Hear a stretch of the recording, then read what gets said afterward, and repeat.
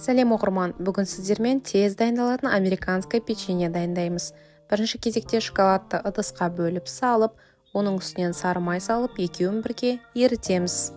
Еріген массаны бір араластырып, оның үстінен бір жұмыртқа салып, және оның үстінен керек мөлшерде қант саламыз. Пайдаланатын өнімнің барлығын әдеттегідей описаниеде жазып қалдырдым. Массамызды қант ерігенге дейін араластырып, одан кейін оның үстінен ұн салып, ұнның үстінен керек мөлшерде қопсытқыш және ерекше дәм мен түс беру үшін какао қосып, бір келкетіп араластырып аламыз. Біздің печеньенің қамыры дайын болды. Енді противенге салуға ыңғайлы болу үшін осындай қапшыққа барлық массаны бір келкетіп салып алдым. Өз ыңғайыңызға қарай қасықпен сала берсеңіз де болады. Біздің печенье піскен кезде өз көлемінен 2 есе үлкейетін болғандықтан арасын осылай үлкен етіп ашып қалдырамыз. Противенде үстелге соғу арқылы печеньенің бетін тегістейміз. Өз қалауыңызша кез келген кептірілген жеміспен не болмаса кокос, миндай жаңқаларымен осылай сәндесеңіз болады.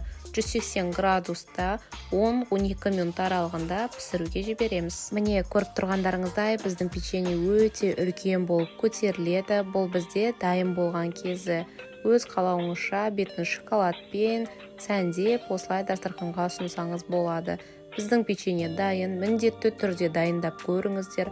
Шамамен 15 минут, 16 минут аралығында дастарханға ұсынуға өте ыңғайлы, оңай рецепт. Сіздермен болған Айкерім. Міндетті түрде подписаться батырмасын басып, арнаға жазылып қойыңыз.